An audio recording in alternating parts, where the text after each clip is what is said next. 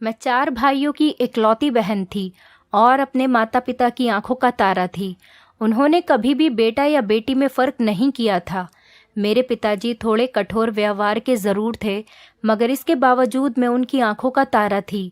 मुझे मेरी मौसी का बेटा पसंद था। हमारा बचपन एक साथ ही गुजरा था, लेकिन ये पसंद सिर्फ आंखों और दिल तक ही थी। मुझे उसको देखकर शर्म आ जाती थी और उसका भी यही हाल था।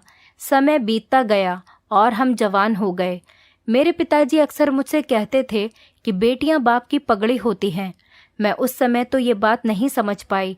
अब जब याद आती है तो सोचती हूँ कि पिताजी की बात में कितनी गहराई थी। बेटियां सब एक जैसी होती हैं, लेकिन मेरी किस्मत में जो बेटी लिखी थी वो मुझ जैसी क्यों न बन सकी। कहीं मुझसे ही तो कोई कमी नहीं रह गई उसकी परवरिश में। शायद सारी गलती मेरी थी।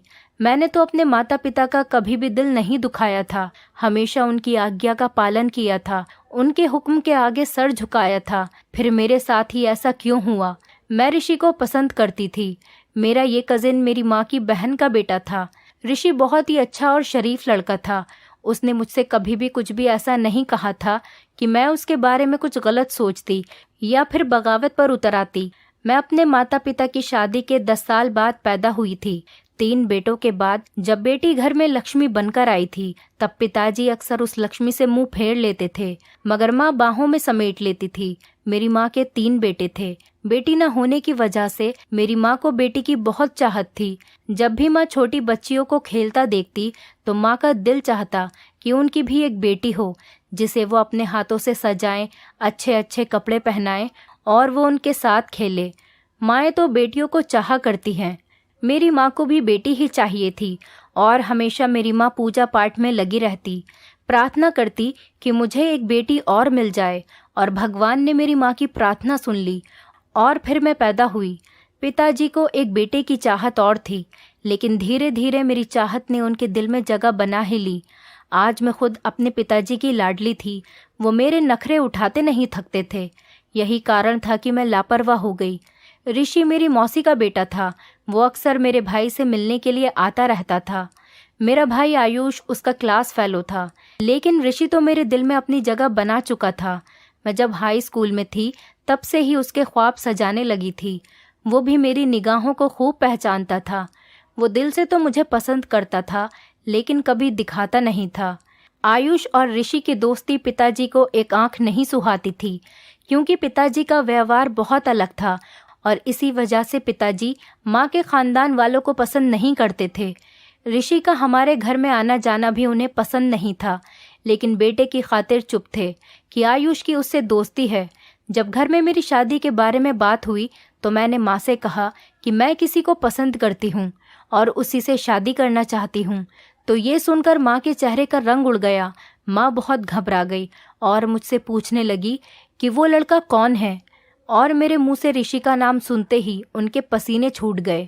मैंने माँ से कहा, माँ आप पिताजी से बात करें, क्योंकि ऋषि की भी यही तमन्ना है।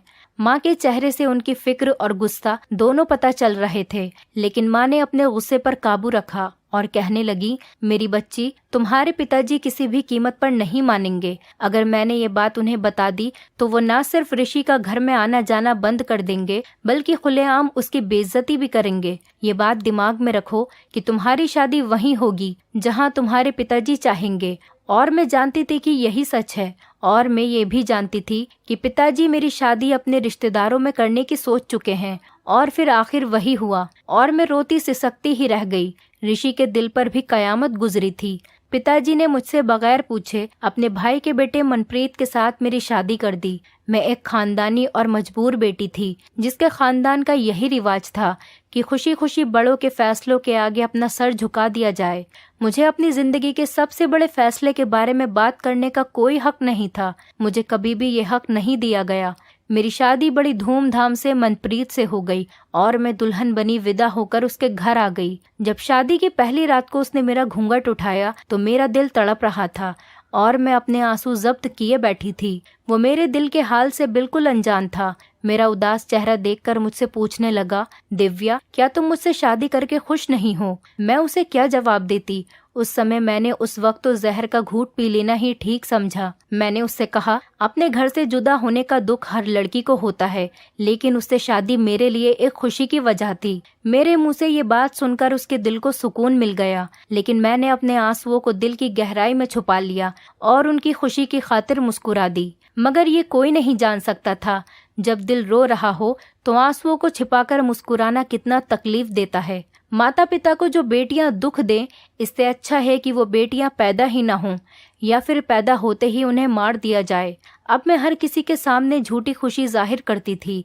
सच तो यह है कि मेरे इस बयान में वो दर्द बोलता था। दर्द में रोते रोते मेरा दिल मुर्दा होता जा रहा था और अब मुझे अपने इस दर्द के साथ जीना था, खुद को भुला देना था और ऋषि को भी भुला देना था। वक्त की आग अरमानों पर गिरती रही। मैं खुद फरेबी में जीना सीख गई थी। अब मैंने अपने अतीत की हर याद का दिया बुझा दिया। मैं खुश रहने लगी और अपने ससुराल वालों से घुल मिल के रहती थी। खातिरदारी करने में भी कोई कसर न छोड़ी और अपने पति को समझकर उसके पैरों की धूल हो गई। मनप्रीत ने भी मेरी कुर्बानियों की कद्र की और मुझसे बहुत प्यार किया, अपनी सराखों पर बिठाया। वो मेरी इतनी कदर करते थे कि कभी मैं ऋषि के बारे में सोचती तो मुझे खुद शर्म आ जाती कि इतने अच्छे पति को तो ख्वाबों में भी धोखा देना पाप के बराबर था। ऋषि ने कैसे सब्र किया होगा, कैसे मुझे भुलाया होगा, मुझे पता नहीं, लेकिन हमारा एक ही खानदान था तो आमना सामना तो हो ही जाता था। तभी उसकी शक्ल देख के दिल में रोशनी जाग उठती थी, क्योंकि चेहरा तो दिल का आईना होता है। उसका चेहरा तो जैसे मुरझा सा गया था, जैसे किसी ने जान ले ली हो। वो जिंदा कब लगता था? ऐसा लगता था जैसे कोई मरा हुआ व्यक्ति जिंदा लोगों में चल फिर रहा हो। मैं ऋषि के दिल का हाल अच्छी तरह समझती थी, लेकिन मैं ऋषि की तरफ नहीं गई ताकि वो कहीं गलत फहमी का शिकार न हो जाए। ऐसा न हो कि उसका सोया हुआ दर्द जाग उठे और इस तूफान को तबाही के किनारे तक न ले जाए। और जब एक औरत माँ बन जाती है तो वो अपने बच्चों की खातिर अपने आप को और पूरी दुनिया को भुला देती है। मैं अब 3 बच्चों की माँ बन चुकी थी। ममता ने मुझे मेरे अतीत की यादों से बहुत दूर ले जाकर फेंका था। अब बस मैं थी और मेरे प्यारे बच्चे थे। उनकी मोहब्बत और उनकी परवरिश में लग गई थी। मैं 3 बेटों की माँ बन चुकी थी। मेरे पति की यही आरजू थी कि एक बेटा और हो और हम 4 बेटों के माता पिता बन जाएं।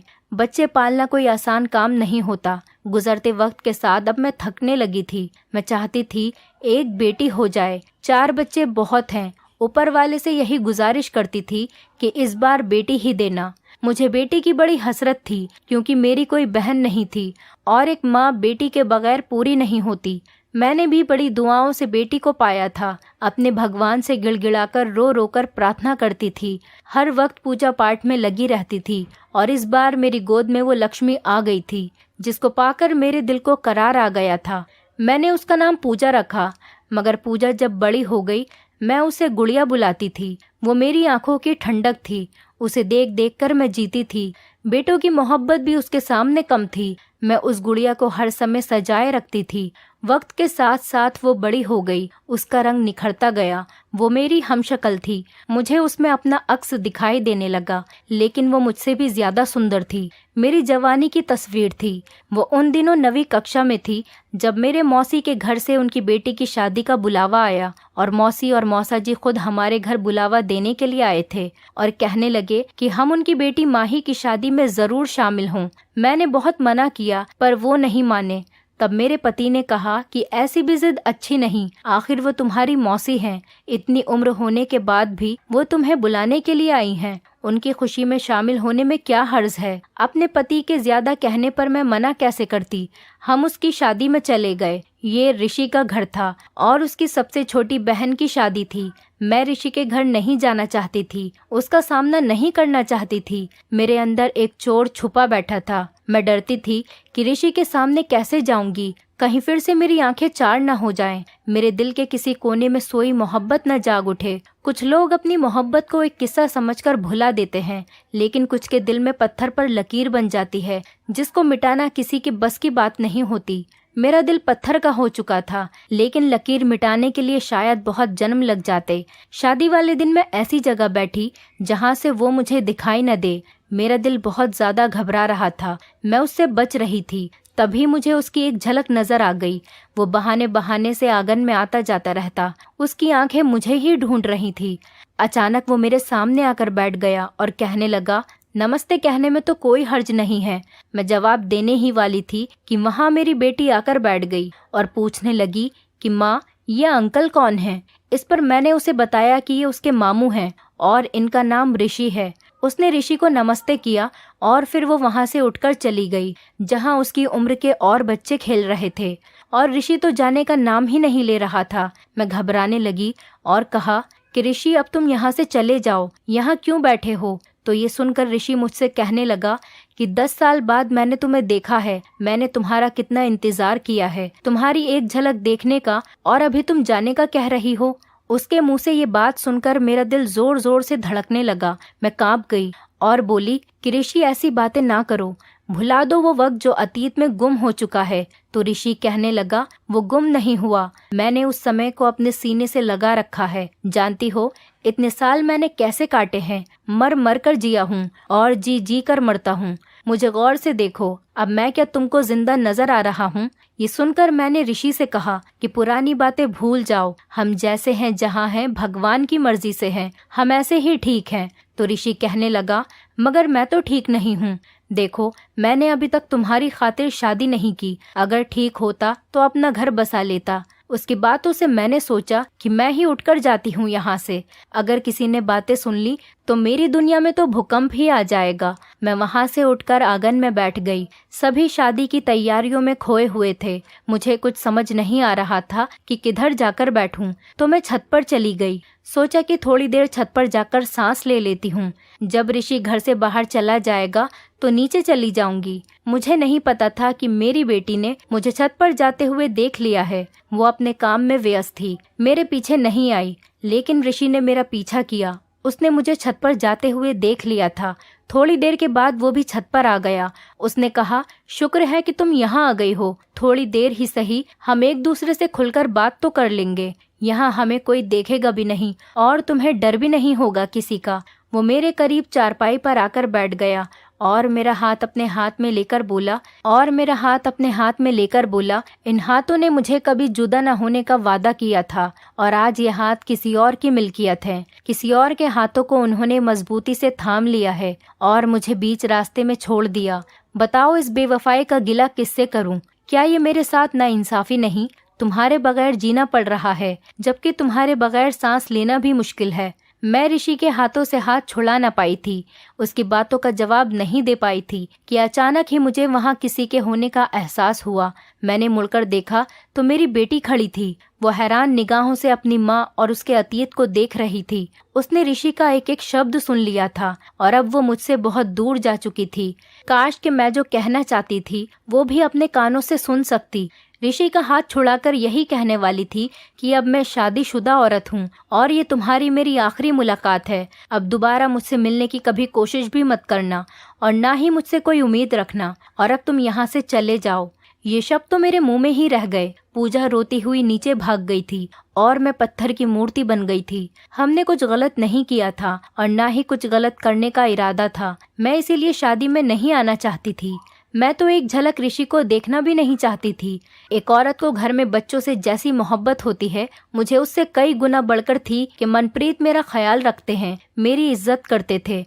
उन्होंने कभी भी मुझे शिकायत का कोई मौका नहीं दिया, इसीलिए मैं भी उनको कभी शिकायत का मौका नहीं देना चाहती थी। वो मेरे लिए वफादार थे, मैं भी उनकी वफादार पत्नी थी। ऋषि की मुलाकात का किसी को पता नहीं था। जिस छत पर उस रोज 2 बातें उसने मुझसे की थी, लेकिन पूजा के दिल में शक पड़ गया। उसने जो कुछ भी सुना वो मेरे रिश्ते को दुखी करने के लिए काफी था। वो मुझसे नफरत करने लगी थी, मुझे बुरी औरत समझने लगी और उसके बाद उसने पूरी बगावत कर डाली। अब पूजा मुझसे सीधे मुंह बात भी नहीं करती। अगर मेरी बात का जवाब देना पड़ जाता तो गुस्से से जवाब देती थी। शुरू में उसका बर्ताव मेरे साथ ऐसा था कि मैं उसकी बातें सुनकर बहुत शर्मिंदा हो जाती। मैं उसे मनाने की बहुत कोशिश करती, लेकिन फिर वो निडर होती गई। मेरी आंखों में आंखें डालकर बात करने लगी, कठोर शब्द कहकर मेरे दिल को जख्मी करती थी। एक ऐसा समय भी आ गया जब वो गलत रास्ते की तरफ चल पड़ी। मैं माँ थी, उसकी भलाई चाहती थी, लेकिन वो मेरी हर बात के जवाब में कहती, मुझे क्या नसीहत करती हो, पहले खुद को तो सुधार लो। 4 जवान बच्चों की माँ अपने आशिक से छुप छुप कर छत पर मुलाकातें करती है, तो फिर मुझे किस बात से रोक रही हो? जो मेरा दिल चाहेगा मैं वही करूँगी। ज्यादा रुकावट डाली तो मैं अपने पिता से सब कुछ कह दूंगी। बेटी के मुंह से इस तरीके की बातें सुनकर मेरा दिल फट गया, लेकिन वो जवान और मुंहफट थी, जिसकी जवानी ने मुझे कमजोर करना शुरू कर दिया। मेरी बेटी गलत राह पर चल पड़ी। वो पड़ोस के एक आवारा लड़के रोहित से मिलने लगी। उसके साथ फोन पर मेरे सामने बेहुदा बातें करती और मैं उसको रोक नहीं पाती। अगर रोकती तो वो मुझे आंखें निकाल कर दिखाती और कहती कि मेरी जो मर्जी मैं वही करूंगी, तुम मुझे रोक नहीं सकती। अगर रोकने की कोशिश भी की तो मैं पिताजी को सब कुछ बता दूंगी कि तुम्हारा ऋषि के साथ क्या रिश्ता है। फिर पूछूंगी कि कैसा लगता है किसी पर रोक टोक करना। मेरे पास इसकी बातों का कोई जवाब नहीं था। मैंने प्यार से समझाना चाहा तो उसने मुझे ही धकेल कर पीछे कर दिया। मैंने गुस्सा दिखाया तो उसने भी मुझे डराया धमकाया। मैं किसी भी तरह उसे समझा नहीं सकी और हर बार वो यही कहती कि पिताजी को और तुम्हारे तीनों बेटों को तुम्हारे अतीत की पूरी कहानी सुना दूंगी। पिताजी और भाई सब तुमसे नफरत करेंगे। मैं तो उसकी बातें सुनकर हैरान थी। यही सोचती ये सब कैसे हो गया, और ये वही पूजा है जो इज्जत से पुकारती थी, कोई सवाल नहीं करती थी, मुझसे मोहब्बत करती थी, और आज क्या से क्या हो गया। मेरी बेटी ने मुझे नफरत से धुतकार दिया, खुद मुझे मेरी नजरों में दो कौड़ी का कर दिया, जबकि मैंने शादी से पहले सिर्फ ऋषि को पसंद किया था। मेरा उसके साथ किसी तरह का कोई रिश्ता नहीं था। शादी के बाद तो उस दिन के सिवा कभी मैंने उससे बात भी नहीं की थी। ऊपर वाले की मर्जी थी। मेरी जिल्लत मेरी बेटी के हाथों लिखी थी। उसने मुझे खूब ब्लैकमेल किया और मैं उससे ब्लैकमेल होती रही, इस डर से कि कहीं वो मुंहफट अपने बाप और भाइयों से कुछ कह न दे। काश मैं हिम्मत करके अपनी बच्ची को गलत रास्ते पर चलने से रोक पाती, लेकिन ऐसा न हो सका।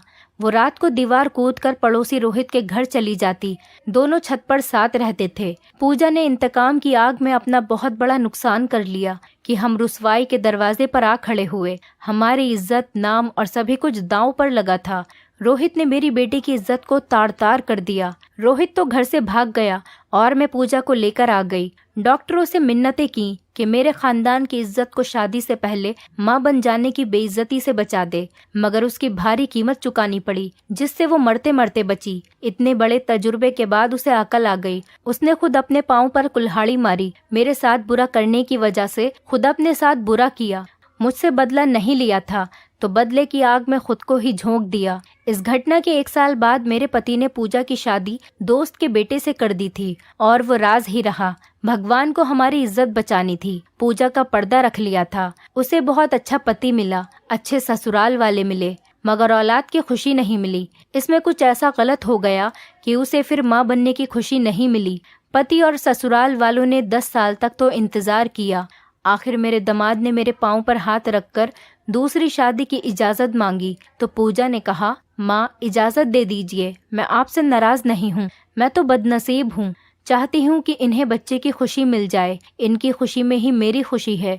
पूजा के पति ने दूसरी शादी कर ली और दूसरी बीवी से बच्चा हो गया। आज पूजा पछताती है और कहती है कि वो समझदार हो गई है। माँ मुझे माफ कर दो, उस समय मुझ में अकल की कमी थी। आपका मैंने बहुत दिल दुखाया, इसीलिए बेऔलाद रह गई। और आपने बेटी मांगी थी कि वो आपको जिंदगी में खुशियाँ देगी, लेकिन मैं आपकी राहत के बजाय तकलीफ का सामान बन गई हूँ। वो जब भी आती है तो रोकर गले लगकर जाती है और मैं हर बार उससे यही कहती हूँ कि मेरी बच्ची, मैंने तुझे दिल से माफ कर दिया। उसे यकीन ही नहीं आता। उसका एक ही जवाब होता है कि अगर आपने मुझे दिल से माफ कर दिया तो मुझे अभी तक सुकून क्यों नहीं मिला। जिस दिन दिल को सुकून मिल जाएगा मैं यही समझूंगी कि आपने मुझे माफ कर दिया है। मैं ऊपर वाले से यही प्रार्थना करती हूँ, ए भगवान, मेरी बच्ची ने मेरा दिल दुखाया था, तू तो बहुत बड़ा है, उसे भी माफ कर दे ताकि उसके दिल को सुकून आ जाए। जब तक वो बेसुकून रहेगी मैं भी बेसुकून ही रहूंगी। औलाद की बेसुकूनी माँ बाप की बेचैनी होती है। ऊपर वाला करे मेरी बच्ची को उम्र भर का चैन, सुकून और सुख मिल जाए, तभी मैं सुकून से मर सकूंगी। और एक दिन भगवान ने मेरी प्रार्थना फिर से सुन ली। पूजा के पिताजी से अपनी बेटी को तकलीफ में देखा नहीं जा रहा था, इसलिए मेरे पति पूजा को उसकी ससुराल से घर वापस ले आए और अपनी बेटी से कहने लगे कि अपनी जिंदगी की नई शुरुआत करो, अपनी पढ़ाई पूरी करो। जिंदगी संघर्ष का नाम है बेटा, और मेरी बेटी तो बहादुर बच्ची है।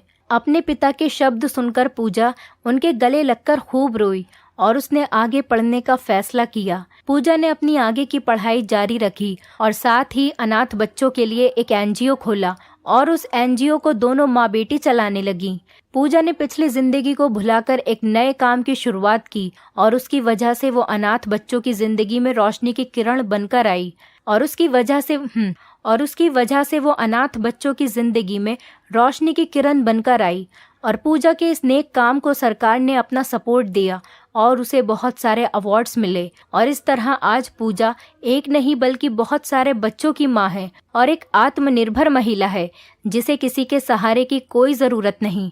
दोस्तों, उम्मीद करती हूँ आपको हमारी कहानी पसंद आई होगी। कहानी पसंद आई है तो वीडियो को लाइक करें, चैनल पर नए हैं तो चैनल को सब्सक्राइब करें और हाँ, नोटिफिकेशन बेल को ज़रूर दबाएं ताकि अगली अपडेट सबसे पहले आपको मिले।